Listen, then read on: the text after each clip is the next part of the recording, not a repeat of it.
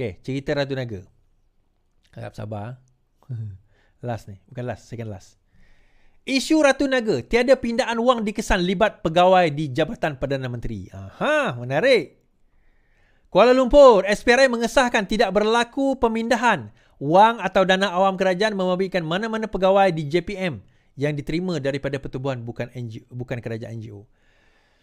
Dapatan itu diperoleh SPRM berdasarkan siasatan awal terhadap Syarul Emma atau lebih kenali sebagai Ratu Naga yang didakwa menerima ganjaran untuk membantu NGO itu. Ketua SPRM Tan Sri Azam Bakir berkata tiada pemindahan wang yang dikesan oleh Suruhanjaya itu membabitkan NGO dan pegawai JPM terbabit berdasarkan indikator atau petunjuk yang menjurus kepada perbuatan tersebut. Beliau berkata dapat itu pandukan hasil siasatan ke atas Syarul Emma yang juga influencer pro PN. Berdasarkan laporan daripada pegawai penyiasat, tidak ada indikator yang lead atau menjurus diberikan kembali kepada mana-mana pihak di JPM. Ia merupakan dana awam hasil permohonan NGO. Beliau berkata demikian setelah majlis konvensyen. Okay. Right. So, kita kata itu, Cikgu Bat, okay, di latar belakang sikit cerita ni. Cikgu Bat mendakwa, commotion, ada satu pertelingkahan di antara Cikgu Bat bersatu dan juga Ratu Naga bersatu PN, pro PN. Di mana dia orang kata bahawa Ratu Naga ni dapat dana daripada Samsul Iskandar. Lepas tu dia bedal duit tu, lepas tu dia bagi balik kat Samsul Iskandar. Syafiq Halim pun kata demikian, bahawa dia terima duit dan sebagainya. Okay? Dan dia pun against, bukan dia terima daripada Samsul, dia terima daripada Ratu Naga. Dan dia bagi balik kat Ratu Naga. Okay. Dan pada bulan Januari, 12 Januari, Samsul kata dia akan saman Cikgu Bat. Kenyataan daripada SPRM ini boleh digunakan oleh Samsul Iskandar untuk teruskan saman kepada Cikgu Bat dan insya-Allah dia boleh menang. Bila dikaji balik, sebenarnya fitnah, tuan-tuan. Duit itu tak masuk pun dalam mana-mana pegawai di dalam Jabatan Perdana Menteri. So, bila tak masuk, ada tak kemungkinan duit itu keluar masuk ke dalam NGO? Ya. Tapi macam saya kata tempoh hari lah, masuk duit itu dalam NGO tidak menjadikan orang itu bersalah. NGO minta permohonan, dia bagilah duit.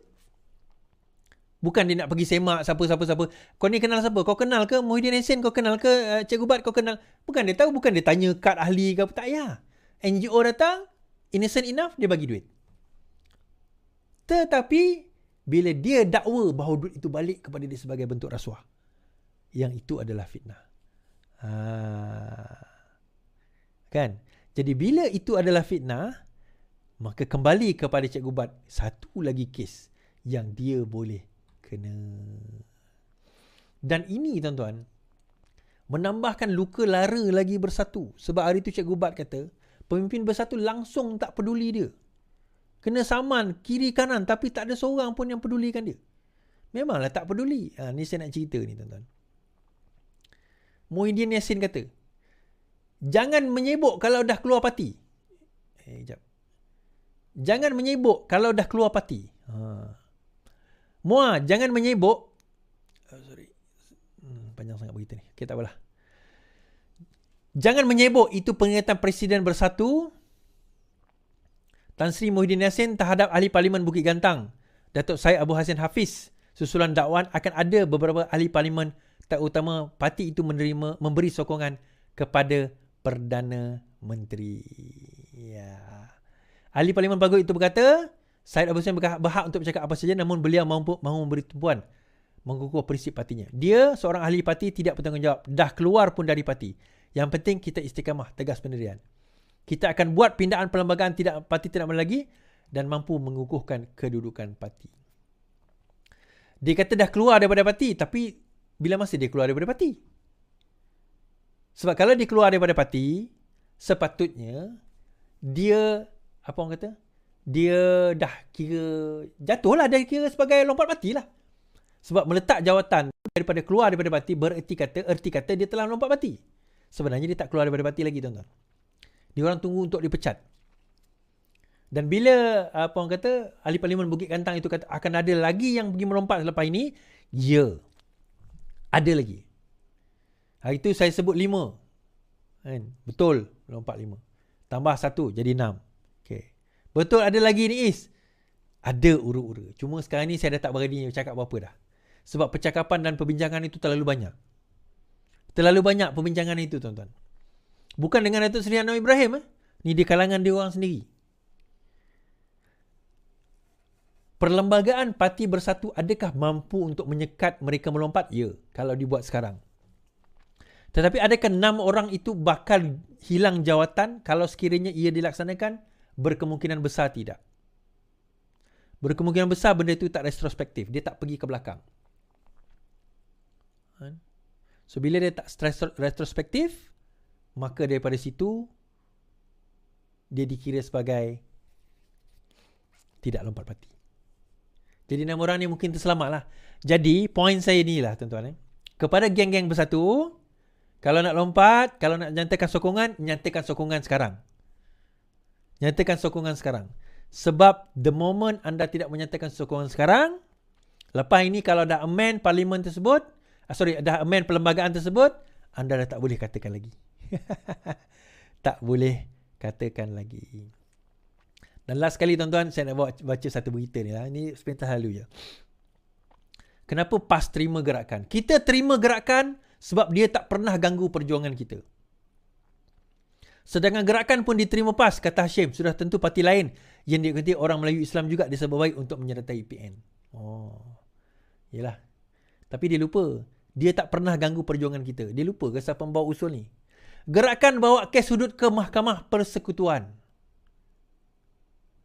Ni tahun 2015 kan. Itu saya kata retorik orang-orang politik. Ni retorik orang-orang politik. Dia bukan ustaz, dia bukan ulama, bukan. Dia ni orang politik. Dia bercerita, dulu peluk DAP, peluk PKR, kan. Oh, ini tahaluf siasi, my brother, my sahabat. Sekarang ini kafe harbi. Gerakan pula dia peluk. Dulu apa yang dia tak kata pada gerakan?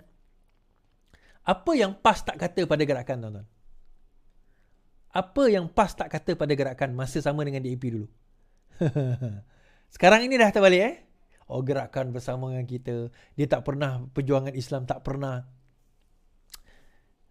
Benda maklumat tu semua dekat ujung jari. Nak tak nak je cari. Okey, pemandu teksi. Ni berita baik kepada pemandu teksi bas. Sebelum kita masuk cerita politik, kita masuk cerita semasa dulu. Pemandu teksi bas sekolah nikmati caruman Pekeso bermula Mac. Okey. Bermula bulan depan, seramai 35,000 orang pemandu bas dan juga teksi bas sekolah dan teksi dalam negara bakal menikmati caruman Perkeso yang akan ditanggung sepenuhnya oleh kerajaan, kata Menteri Pengangkutan. Bercakap dalam sidang media, Majlis Suara Kasih Madani Kementerian Pengangkutan di sini, Anthony berkata 90% caruman itu akan dibiayai menerusi peruntukan Kementerian Keuangan, manakala baki 10% dibiayai oleh MOT. Bermakna 100% ia akan dibiayai oleh kerajaan. Kita difahamkan Kementerian Keuangan ada memberikan satu dana kepada Pekeso sebanyak 100 juta untuk mencarum sehingga 90% bagi pemandu teksi, e-hailing, p-hailing dan sebagainya. Walaupun 90% tetapi 10% perlu dicarum sendiri oleh pemandu. Jadi untuk golongan ini kita akan buat jaruman tambahan 10% itu katanya. Beliau berkata usaha berkenaan untuk memberi pelindungan sosial kepada mereka iaitu sekiranya berlaku kemalangan, caruman itu akan membantu mereka dan keluarga. Mula lanjut, Anthony berkata beliau bercadang dengan Pekeso berhubung pelaksanaan inisiatif terbabit serta meminta agensi pengangkutan awam menyerahkan senarai pemandu dalam penggalan data mereka kepada Pekeso untuk disemak silang. Kita jangka Mac ini kita akan lancarkan inisiatif ini. Maksudnya pemandu teksi dan pemandu bas sekolah tidak perlu mencarum 1 sen pun untuk setahun. Mereka cuma perlu daftar nama mereka. Jika sudah daftar, kita akan bagi slip caruman kepada mereka. Alright. Now, ramai yang tak faham tentang caruman KWSP ni, tuan-tuan. KWSP. Caruman Pekeso ni. Dia KWSP ni satu, Pekeso ni. Pekeso ni senang cerita adalah insurans untuk kita sewaktu kita dalam tempoh bekerja dan sekiranya berlaku sesuatu kepada kita, itulah dia. Sesuatu yang berkemungkinan boleh digunakan untuk untuk Pekeso, untuk caruman kita. Boleh digunakan untuk caruman kita. Alright. Boleh digunakan untuk caruman kita. Tiba-tiba dia down tadi. Ada masalah tadi. Tak apa. Terus share tuan, terus share. Jangan risau, walaupun dia akan report saya punya live, itu biasa. Kan, kalau kita tak share, dia report, dia menang, kita kalah. Alright. Okay, balik pada cerita tadi. Kenapa caruman pekeso ni sangat penting? Tak ramai orang tahu tentang pekeso ni tuan-tuan. Pekeso ni dia banyak sebenarnya benefit. Salah satu benefit ini bukan untuk yang saya kata yang apa orang kata pemandu teksi sebagainya. Sesiapa saja yang mencarum dengan pekeso, once in always in. Bermakna even kalau dia dah berhenti bekerja sekalipun, katakanlah sesuatu terbencana sewaktu bekerja di tempat yang dia tak mencarum, dia boleh tanya kepada saya, tak kata boleh dapat, tanya kepada pekeso untuk dapat sesuatu. Dan apa pekeso boleh bagi tuan-tuan? Dia ada banyak benefit. Contohnya kalau sekiranya hospitalization, kalau sekiranya masuk hospital, kalau sekiranya kecederaan sebab apa orang kata, sebab accident, pergi kerja atau balik kerja, boleh. Sebab itu kalau contohnya pemandu e-hailing, 90% dia akan pemandu bas, taksi, benda-benda mereka ini terdedah kepada risiko untuk berlaku kemalangan.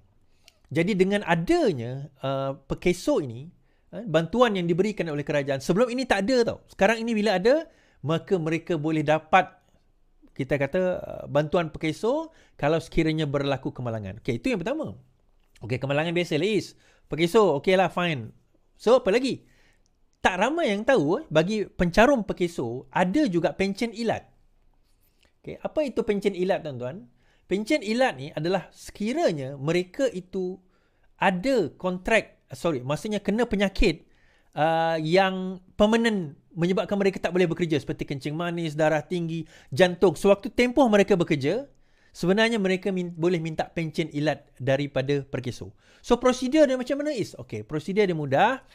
Pergi kepada majikan tuan-tuan, katakanlah tuan-tuan kena kencing manis, darah tinggi, kencing manis ataupun sakit jantung ataupun kanser umpamanya, tapi dalam tempoh bekerja, contoh usia anda katakanlah 50 tahun, 45 tahun, 30 tahun kena penyakit-penyakit ini, pergi kepada majikan, minta supaya di-refer kepada doktor, dan doktor akan buat pemeriksaan. Doktor ni doktor kerajaan, bukan doktor swasta. Doktor kerajaan buat pemeriksaan sah. Sah memang ada penyakit tersebut. Bila ada sah ada penyakit tersebut, maka boleh pergi kepada SOCSO, bawa dokumen-dokumen tadi, boleh minta sama ada pencen ilat, ataupun pencen ilat ni berapa, dia ada kiraan-kiraan dia, ataupun tuan-tuan boleh bekerja tetapi tempoh dipendekkan dengan gaji yang separuh, tetapi pekeso juga boleh bantu. So dia ada banyak sebenarnya benefit-benefit daripada. Kalau nak tahu lebih detail, tuan-tuan dan puan-puan kena pergi ke pekeso atau tanya dengan majikan. So dalam kes ini sebenarnya sangat penting. Dan benda ini sebenarnya di-extend juga kepada mereka yang sebelum ini tak pernah. Saya dengar lah betul atau tidak, yang tak pernah dapat pekeso, seperti gig ekonomi. Terutama contohnya macam, yalah yang kita buat filem, buat drama sebagainya, kru-kru tu kan. Mereka ni bukannya bekerja secara permanent. Kalau company, kalau office, bolehlah dia bagi pekeso, dia boleh bagi caruman. Tetapi mereka sebegini mungkin tak boleh bagi caruman. Ada mungkin mereka tak tahu pun. Jumlah banyak ke yang nak kena bayar? Tak, pekeso tak banyak tuan-tuan. Paling tinggi setahu saya lah, paling mahal sebulan pun RM14. Paling mahal. So, saya agak lebih kurang kalau diorang ni dalam RM7, RM8. Dia tengok pada gaji lah. Dia tengok kepada gaji. So, correct me if I'm wrong. Orang pekeso boleh betulkan kalau saya tersilap. Tetapi untuk tahu lebih lanjut tentang perkara ini, tolong pergi ke pekeso yang berdekatan dan dengarlah maklumat dan juga taklimat daripada mereka. Faham tuan-tuan? Okey.